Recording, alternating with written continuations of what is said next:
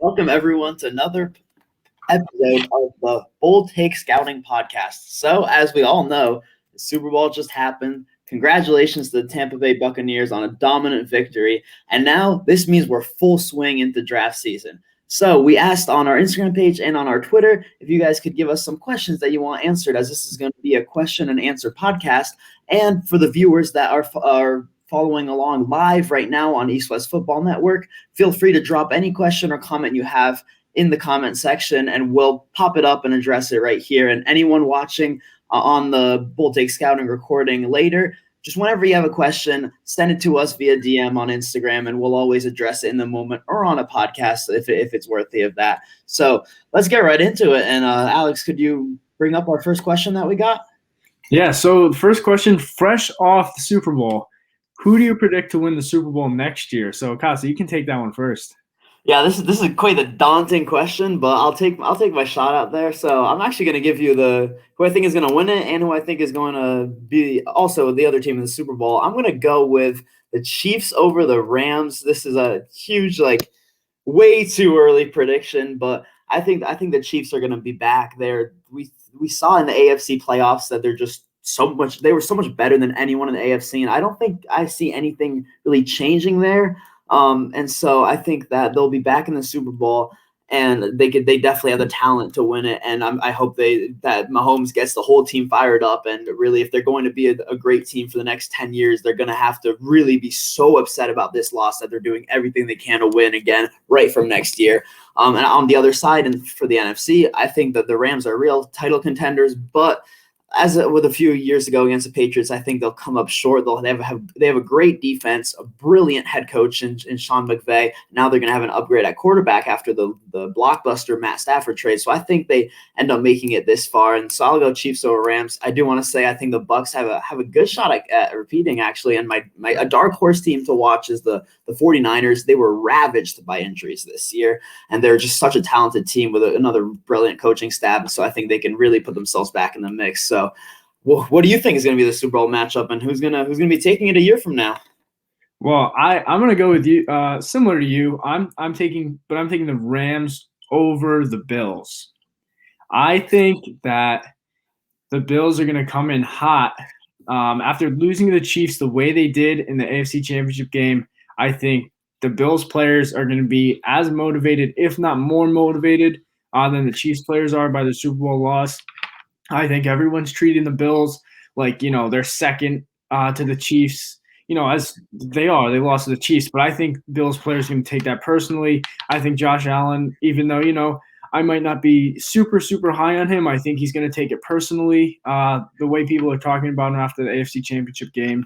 And I think, keeping Brian Daboll there is great for Josh Allen. I don't think they're losing any important pieces on that offense or that defense. And I think the defense really stepped up the second half of the season. I'm going to expect the defense to continue to improve into next season. But I just think the Rams are a really, really good team. I thought they were underrated going into the playoffs this year. I don't think Jared Goff's a great quarterback, but I think he was worse in the playoffs this year because of his thumb.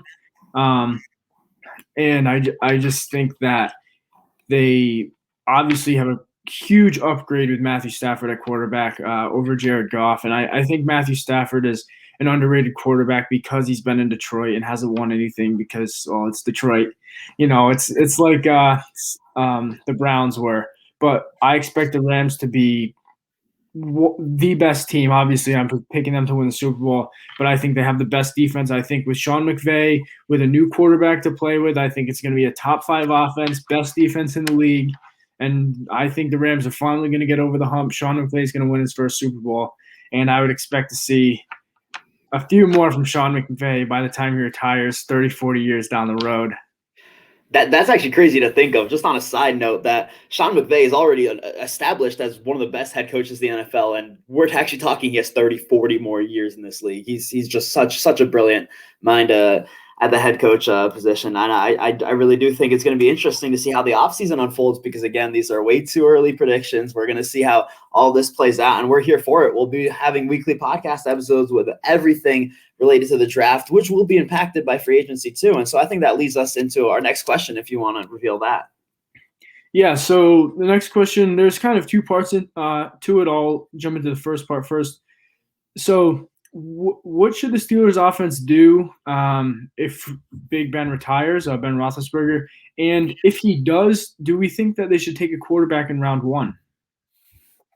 Well, the Steelers are in such a tricky situation and really a bad situation, if you ask me, because to answer the latter question first, no, they shouldn't take a quarterback in round one. I would absolutely take one if there was one worth taking, but at pick 24, there won't be one, and I don't even think they're in range to be able to trade up for one. I think that the top four quarterbacks in this class are phenomenal. Trevor Lawrence, Justin Fields, Zach Wilson, and Trey Lance is a developmental project, but they're all going to be long gone, and the Steelers won't be able to take one. And I don't like the idea of taking Mac Jones or Kyle Trask at 24. So I don't think that's where the Steelers should go, and it's really tricky because Ben Roethlisberger is a subpar NFL quarterback at this point in his career and will probably retire in a year. So you want to find that next option, but it's not going to come through this draft, unfortunately. And so they got to explore all the free agent and trade options they can. They've got to inquire about really anyone there is out there that they find any potential in. And let's just take a look at their major free agents, because we were asked about what they would do in free agency. So I think the three major free agents are Bud Dupree, James Conner, and Juju Smith-Schuster, and I would actually let them all walk. For me, I think that it's a fact that they are in salary cap hell, very little salary cap, and I wouldn't spend any of that precious money on any of those three players. I'd be looking for bargain deals because they don't have that they can't make those top dollar signings, bargain deals to reinforce the team here and there. And then if I were to give you what I would do in the draft, I'd be looking at Najee Harris, 24th overall. I'd really hope he's there because the Steelers were really successful at running the ball a few years ago, and that's really that was their signature brand of football. And Najee Harris can give them that smash mouth physical running that really is the Steelers type of playing football and running the ball. And so that's where I would be hoping that he's there. If not, they can grab a different running back, like maybe Javonte Williams in round 2, and instead go with an offensive lineman in round 1, because that also needs to be upgraded for the run game to return to where it is. Because I just think that the passing game with whoever's at quarterback, which will be Big Ben in 2021, is not going to be up to par. So you really want to have an elite run game. So that's just what I would do. So what are your thoughts about the Steelers situation? Yeah, so first of all, I think both the Steelers and Big Ben have expressed interest in having Big Ben return in return for a lower salary. So I don't think he's going to retire. I think they have another year to worry about quarterback, but they should be thinking about quarterback immediately. Like you said, the top 4 quarterbacks are going to be gone. I know Bucky Brooks has talked many times about how the top 4 guys are only gone in the top 10, and then the other quarterbacks left, Mac Jones, Kyle Trask, those are guys that we don't think are going to be quality starters at the next level. And if Mac Jones is there, I would not take him. But it's still a toss-up if he's even going to make it to the Steelers pick.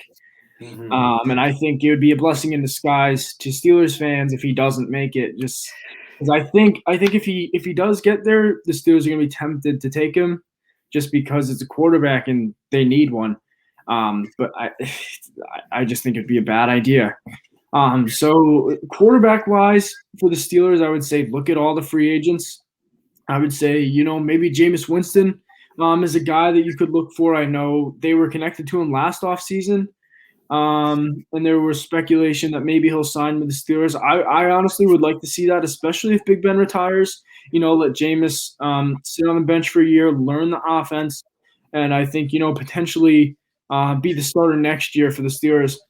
I think that would be really interesting to see what Jameis Winston could do with the Steelers or as a starter, because I think he doesn't make the best decision, but he does have some talent. I think another guy that they should look into is trading for Sam Darnold. Darnold's only 23. Obviously, we spoke on this before. We think the Jets just need to move on. It would just be best for both parties involved. But I still think Darnold can be a very good quarterback in the NFL. So I think that would be a really intriguing option to look for. And Adam Schefter has reported that Darnold is the trade value for him is about a mid to late first, especially after the Matthew Stafford trade. And maybe the Carson Wentz trade could happen this week even. So I think they have that 24th overall pick. Maybe they could trade that for Sam Darnold. I think that would be a really good option for them, especially if Big Ben does decide to retire. I think if he does, then they should really, really look into trading for Darnold.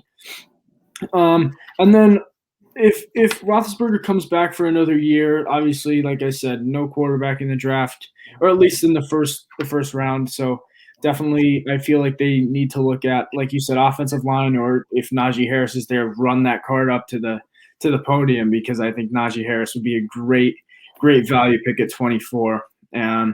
And like you said with the free agents, I agree. Just let them all walk. I think Juju's come to the end of his time in Pittsburgh. You saw it with his TikTok dances every week. It's his time's up in Pittsburgh. I think he's a talented player, but it's just time to move on. It's not working there anymore. I think James Conner, they're in salary cap hell, so I know they like him because of his story, and he's a Pittsburgh guy. And I think, if they did have money, I would think about bringing him in for the right price, because he kind of embodies what a Steelers player is, but they just don't have the money to pay him. And I think, both parties involved would say, go get more money from someone else. And Bud Dupree, unfortunately, he got injured. And I just think, again, salary cap hell, they can't waste money on a player that, could never be the same again. They need to be really frugal and smart with their decisions. So I think, like you said, offensive line and Najee Harris is really where they need to go with the 24th overall pick. Yeah, I think the one good thing about the situation, I guess, is that I think there's a lot of job security in Pittsburgh. I think that Colbert and Mike Tomlin are with their track record in Pittsburgh. I don't think that they're going to be on the hot seat anytime soon. So maybe they don't need to force a quarterback this year, because there really isn't any good options, and it's frightening to not have that option, given that Big Ben really, his level of play has declined, and he's probably going to retire in a year. But because look, Jameis Winston would be an interesting option. I think he's going to be the New Orleans starter in 2021. Sam Darnold, I think there's potential in Sam Darnold, but would I give a first rounder and give him something via a contract that really that ties me to him a good amount based off what he's shown the last 3 years? And then other than that, like anybody that where you have to trade for them, they don't have much trade ammo. I really don't think that there is a quarterback solution in 2021. So if I was the Steelers, I would, given that the job security those two have, I would leave it off to 2022 and try to dig something up either in the draft or in free agency or via trade then, because I don't see a feasible option for them. So yeah, I'd look to revamp the offensive line and the run game in free agency and the draft right now. So you're just saying that you wouldn't be willing to part with that 24th overall pick for Darnold? Well, what does the contract for Darnold look like is my question.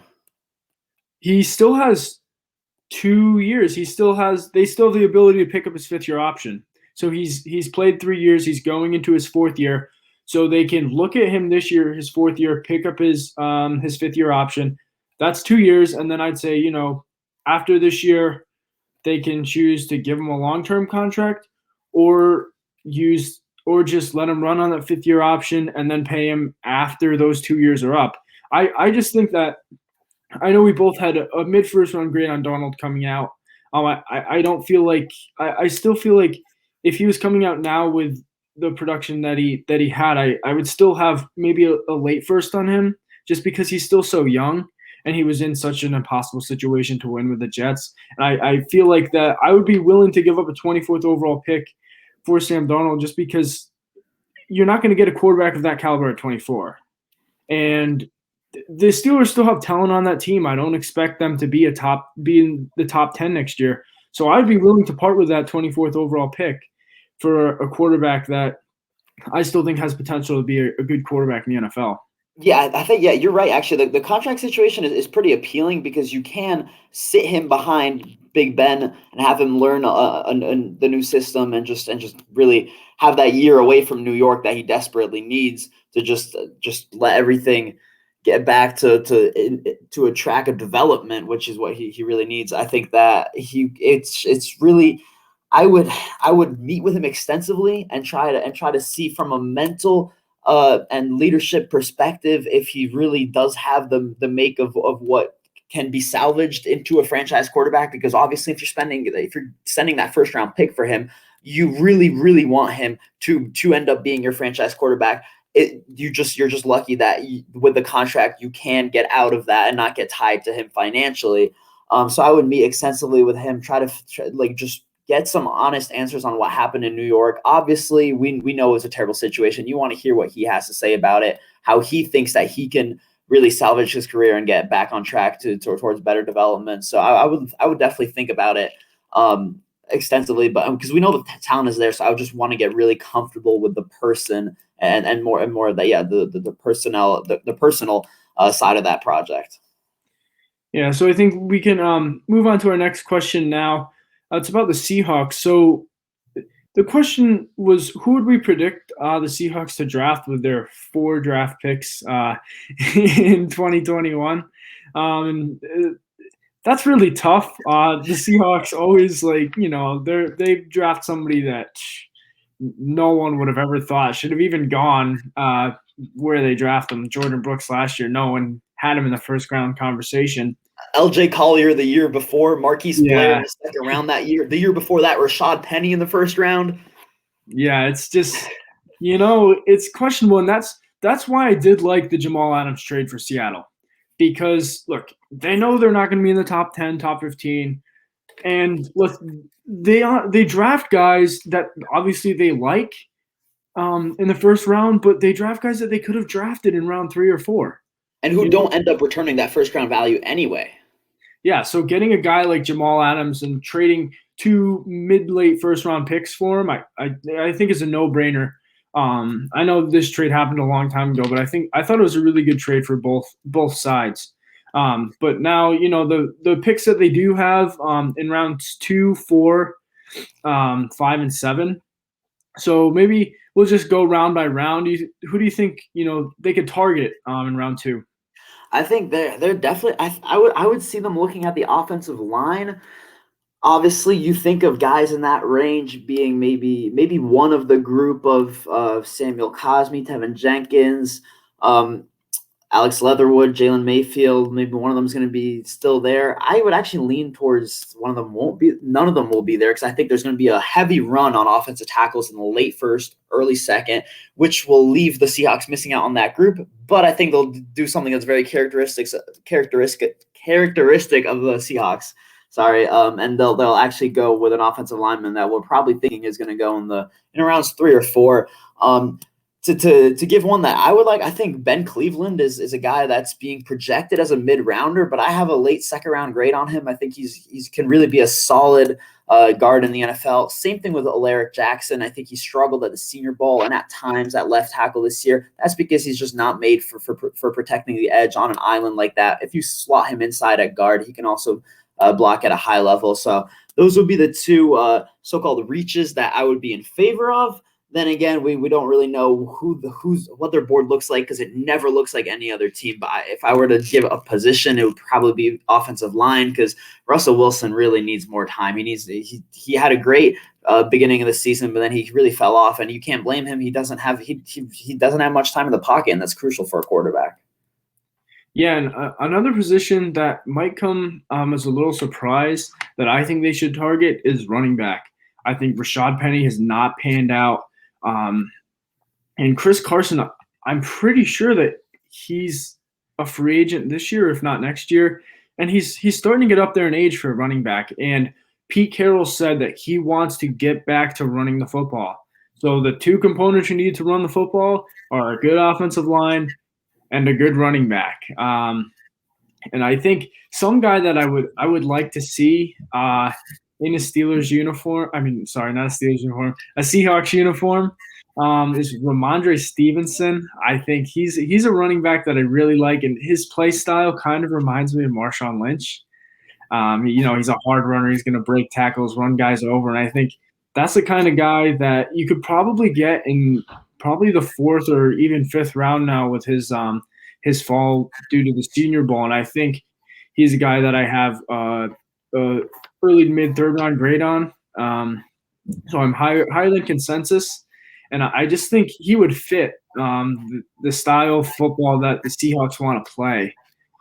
Yeah, I just think that they have Carson and Penny, and they drafted DJ Dallas in the fourth round last year. I don't think they would go with another mid-round running back with those moves and those players already on the roster. So I think if they do go running back, it would probably be with that second-round pick and really invest more capital into it to definitively get a quality running back. I know Chris Carson is definitely a solid running back, but as you said, his contract is coming up, and he's definitely not the level of running back where you'll pay him, and I have no question they'll let him walk. So they do need a solution at running back, and you're right, they do want to go back to running the football because we've known prior to this year the Seahawks to be a team that runs way more than any team in the league. So yes, I think second round. I said offensive line, you said running back. That could definitely be one of the two positions.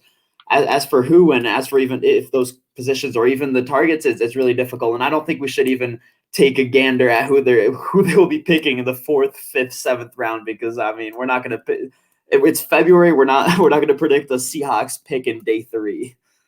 Yeah, and I think there could be guys that rise 3 rounds throughout this next few months in the draft process. Guys that fall. So it's fun to do round 1 mock drafts at this point, but once you get into rounds 2, 3, and then day 3, there's guys that you could project go 4th round that end up ultimately being undrafted just because they fall because of whatever reasons. But I definitely think that offensive line and running back are 2 positions that they might target. I think another one might be defensive back. They love taking late round guys in the defensive back position. They have Jamal Adams at safety, but I'm not really impressed with what they have at corner. And they seem to go defensive back almost every year or every other year. Obviously, starting with Sherman, they took him in the 6th round, I think. And then I can't even name some of the other corners, but they were all late round picks that they had. Brandon Browner, I know he was Jeremy Lane, Byron Maxwell, yeah, etc. Simon. Besides Cam Chancellor, he was the only 1st round pick, but they honestly they've done really well drafting defensive backs in the later rounds. I mean, besides Sherman, none of them have been like all pro potential, but they've gotten good starters in the 4th, 5th, 6th, 7th rounds at defensive back. So that's another position that I could see them targeting. Yeah, I agree. And I think now we can move on to our next question, which is who is our favorite wide receiver prospect of in this draft class? So I think you can really start off with who is your top wide receiver, and then maybe also give us a guy you like more than consensus. Yeah, so I mean, first of all, you can take this question many ways. Your favorite overall wide receiver prospect obviously is going to be your wide receiver 1. So I'll start off with my wide receiver 1, and that's Ja'Marr Chase. I think people have started to get a little lower on him than they were entering the season, just because 1, he hasn't played in a year. 2, Devontae Smith won the Heisman. Devontae Smith is the star of the show this college football season, rightfully so. He was really, really good.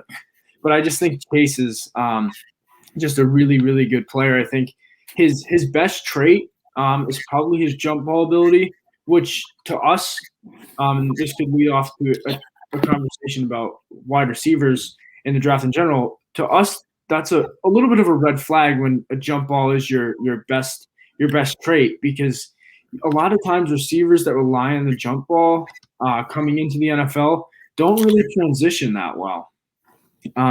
But that's not his only trait by far. I think he's a really good deep threat. He doesn't have elite speed, but I think his route running is really, really good. And I think we'll get into more of the specifics with Ja'Marr Chase when we talk more about our wide receiver rankings. And you can check out our scouting report too on Ja'Marr Chase. That's up on our Instagram account, so I don't want to spend too much time talking about him, but I think that Devontae Smith might be a little better with the ball in his hands after the catch because he's so dynamic. But I know you've said this before, how some of his production was scheme based, and they really did whatever they could to get the ball in his hands, and they showed where he could be and what he can do if the scheme is tailored to him. But I think Jamar Chase doesn't need the scheme to be tailored directly to him. I think he can just produce being just the number one wide receiver. The only red flag I'd say with Chase is he's not a good blocker. I think he just doesn't show effort a lot of the times. But I feel like that's kind of how LSU receivers are for whatever reason. I know Terrace Marshall also very similar. He doesn't really show a lot of effort. So I just think it's not being coached into them at the collegiate level. I don't think it's a lack of not caring. I just think it's, look, you're a wide receiver. We're not going to make you block. And that's just what it is. So, I would expect coaching at the NFL level to get to him and help him improve his blocking and really get him to show at least more effort. And maybe touch on some of your guys now and then come back to me. Yeah, I think. Well, I just wanted to. You said that a lot of Devontae Smith's production was kind of schemed, and I do want to say that I still think Devontae Smith is a really good prospect and everything. But one thing that you have to be wary of when you're evaluating wide receiver prospects is that the amount of space they operate with is so much greater in college than in the NFL. The one big thing in the evaluation of wide receivers that if they're just a jump ball receiver and they can't create separation, they're going to struggle in the NFL.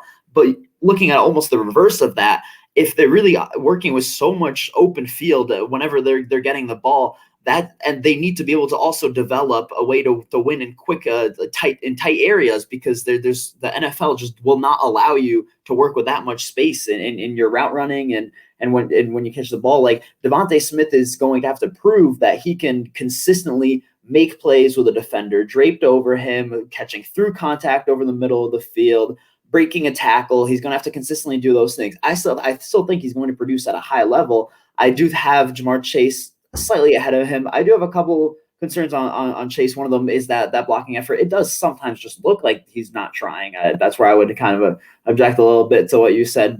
And the other thing is he's not an elite athlete. He's like against like really good athletic cover corners in the NFL. He's not going to get, and he might not get separation. And he's going to have to take his route running to the next level in order to do that. They're both really good wide receiver prospects to me. I don't know about top 10 prospects. For me, like those question marks are like have them just outside the top 10 in terms of where I'm grading them. So, but one guy I want to talk about is Rashad Bateman. Man, where has all the talk about Rashad Bateman went? Because I don't know. I don't understand. It feels like maybe in like August, September, October, we were talking about Rashad Bateman a lot. It was like he was. There was that group of two with Jalen Waddle, and then after that, it was almost a consensus of the wide receiver 4 being Rashad Bateman. And we've seen guys like Kadarius Toney, Terrace Marshall have really good seasons, but I just don't think that they compare to Rashad Bateman. And for me, actually, he's way closer to Chase and Smith than those players. For me, Rashad Bateman is a guy he's really big, really physical. He'll just bully the defensive back. And he also crucially has extremely good route running. So when you and he's not the best athlete, but he's a functional athlete. It's not going to hurt him too much. That's not how he wins, but he creates separation through his route running. So when he has that size, that physicality, and that level of route running, he's going to be getting a lot of catches and getting open a lot in the NFL. I think he could be an alpha number 1 receiver, and he's really right there behind Jamar Chase and Devontae Smith for me. So I think that he'll be incredible value for whatever team picks him. Yeah, I agree. I don't think I'm as high on him as you, but I'm definitely still higher than consensus. I think that he played only a few games and then he opted out in the season. So I feel like a lot of these opt-out guys, I know before the season we were saying, hey, maybe if this works out for guys and guys aren't losing, draft potential, then maybe more players in the future will think about opting out. But it doesn't really seem like that's the case. Obviously, the elite guys are doing fine, but the guys that, maybe some people thought were elite, but they wanted to see another season to confirm that, they're the ones that are suffering the most. Yeah, I do just want to add before you continue that I think that the big plan for a lot of these players was, I'm going to opt out. I'm going to train like hell for the draft process. I'm going to show up to the combine, and I'm going to blow the roof off of that building because they're just training for it this whole time. And the combine's canceled. And as another side note, I've said this before, the Senior Bowl really had so much success with so much contact between players. They were practicing and playing against each other all week. Why can't we have an NFL Combine? I think the NFL should take notes and really reevaluate their decision. But anyway, I think that really impacted that decision to opt out. But a lot of it will be predicated by, do these guys that opted out, will they have success immediately in the NFL? Yeah, I think it's really unfortunate for a lot of guys, and maybe the guys that really boost their draft stock in general through the combine. A guy that comes to mind right off the bat, Byron Jones. He was not a first round pick, and then the combine he just destroyed with his explosiveness and athleticism. And boom, he shot up two rounds at least, just because the combine, and he turned into a first round pick. That he made so much money just because of his combine performance. So I think it's really, really unfortunate for players that that could happen to. Some guys go from a late 7th, 6th round pick to a 3rd, 4th round pick. So it's just really unfortunate for those guys. And yeah, I know the NFL said pro days, that the colleges and schools are going to be in charge of that. The combine is so much more impactful than pro days to me. Everybody running on the same surface, doing the same exact drills with the same exact coaches.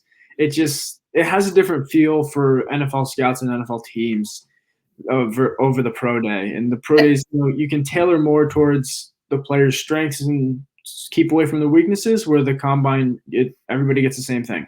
Well, I don't think most pro days are even going to happen. That's the problem.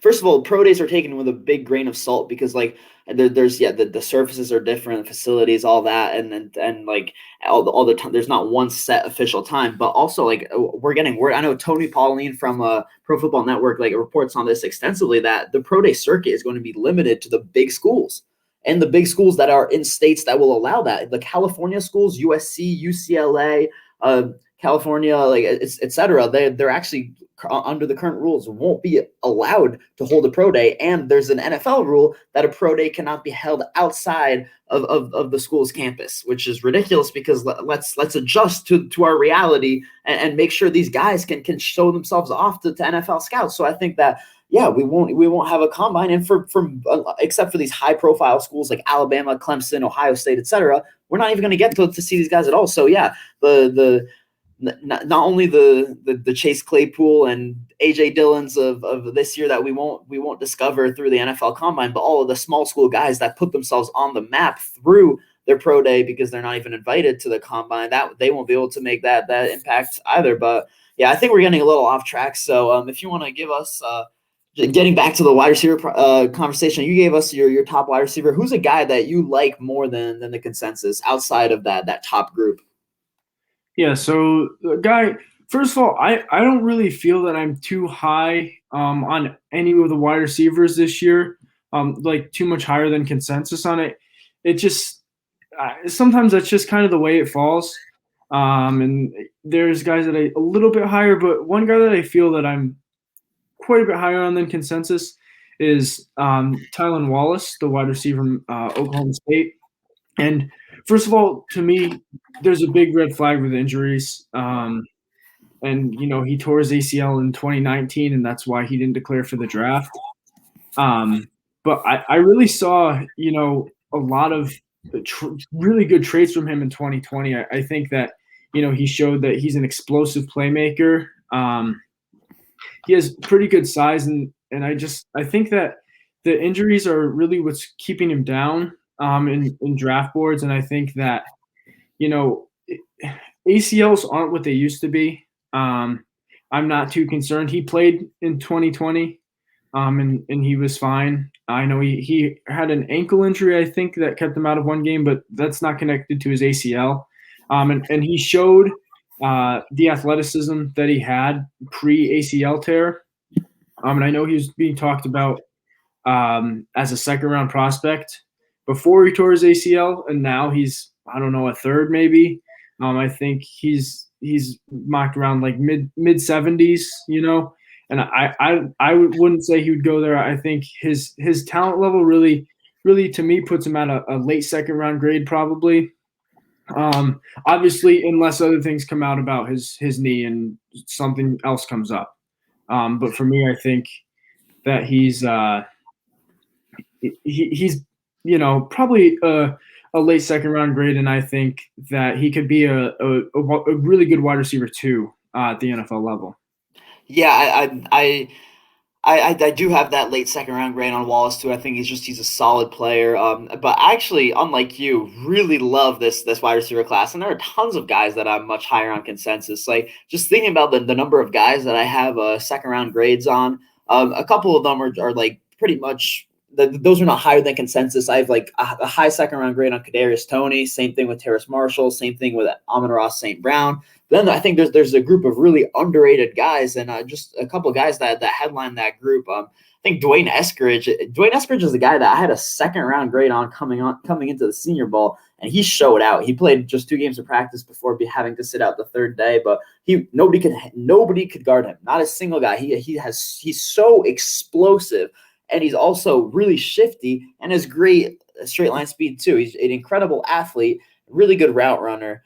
I know he's going to be 24 as a rookie, which is maybe why he doesn't have that much hype. But I mean, he can play football really well. So for me, that's a guy that I have graded as in the early mid second round range. Another guy that I think is a huge sleeper in this draft class is Austin Watkins. I already talked about him last episode, but I think that he's at 6'3". He's got great size. He's extremely fluid and athletic for that size. He's got really good route running, which he showed off against top competition in the Senior Bowl. He can threaten deep with his vertical speed and that route running. I think he needs to really refine his ability to create separation on the short and intermediate levels and match that to his ability to create separation deep. And if he can develop that, he can really be an all-around terrific receiver. I'm talking about a guy who I think is going to be a wide receiver 2 at the next level and even has wide receiver 1 potential. That's how much I like Austin Watkins from UAB.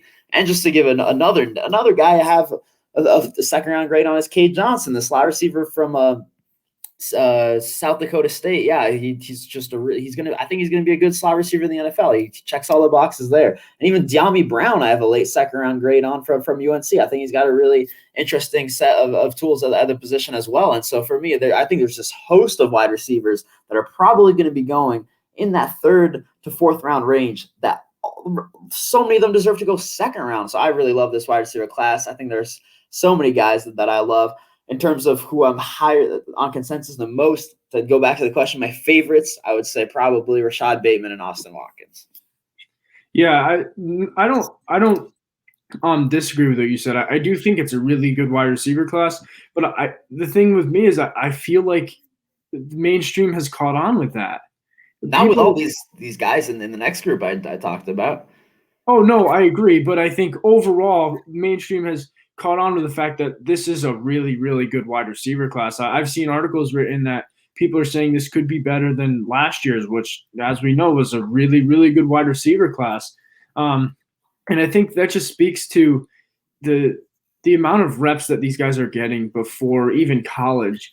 I think now with the quarterbacks playing 7-on-7s, all the camps that they do all year round in high school to get noticed by colleges, they need somebody to throw to, and all these top wide receivers are coming to these camps that the quarterbacks are going to show off to colleges, and they're showing off to colleges too. So just the amount of reps that all these wide receivers are getting before college is just so much more than people were getting 4 or 5 years ago.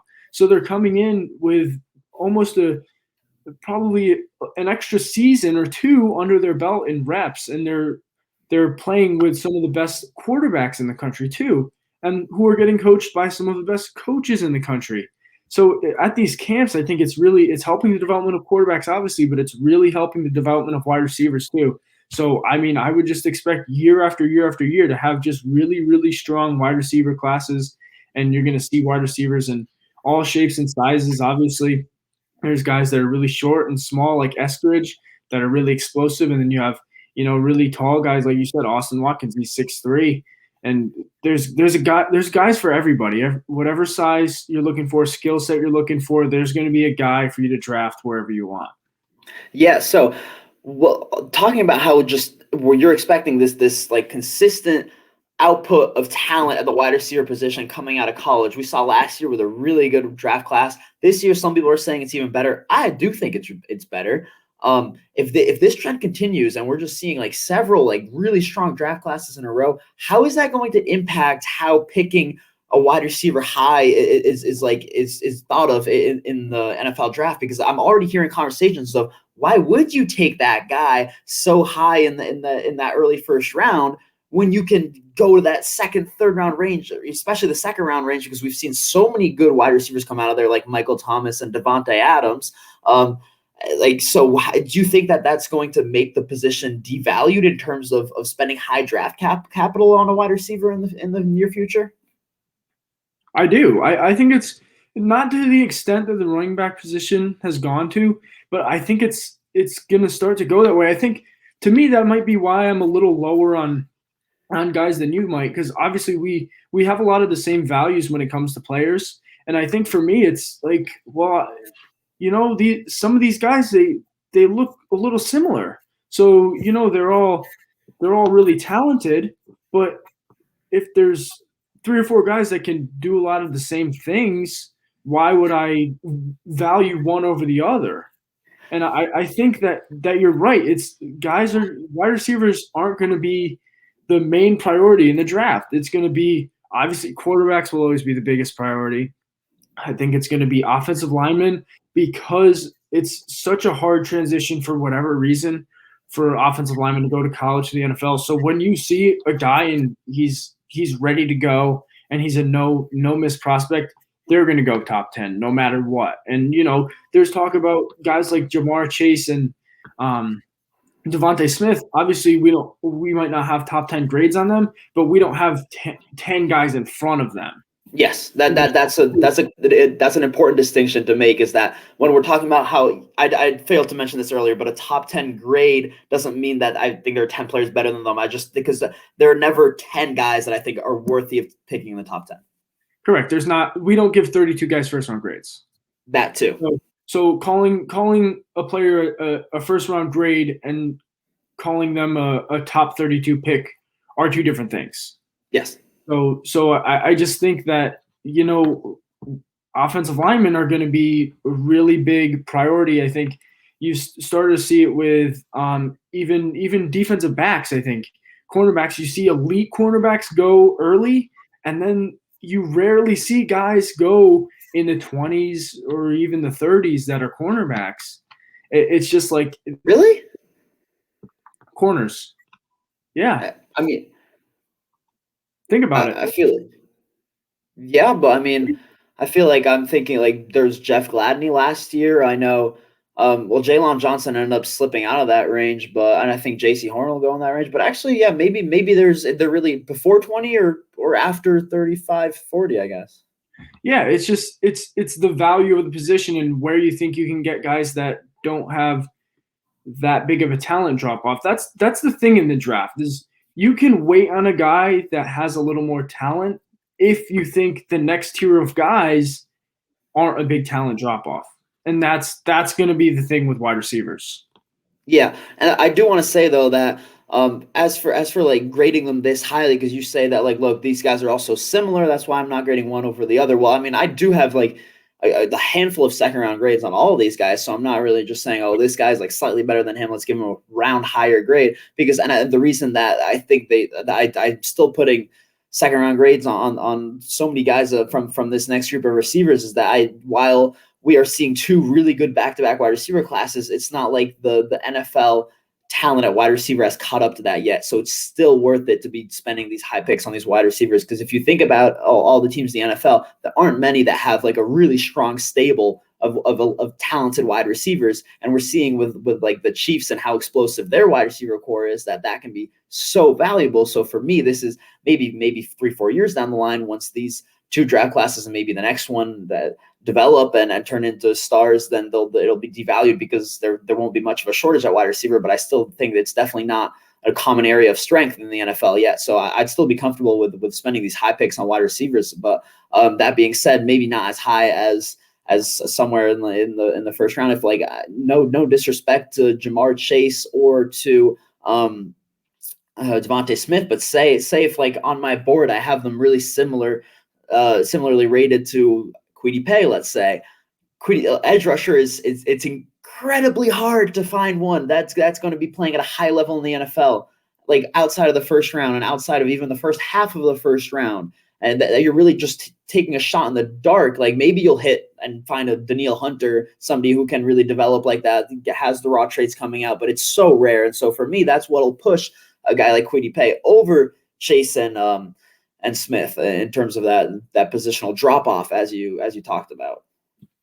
Yeah, I think that's really key when looking at the NFL draft. Sometimes people are surprised that guys that are really talented drop, especially sometimes wide receivers. And we saw it with running backs a few years ago. Now it's become normalized to see running backs drop in the draft. But that's the key, is the drop off from tier to tier, positional group wise.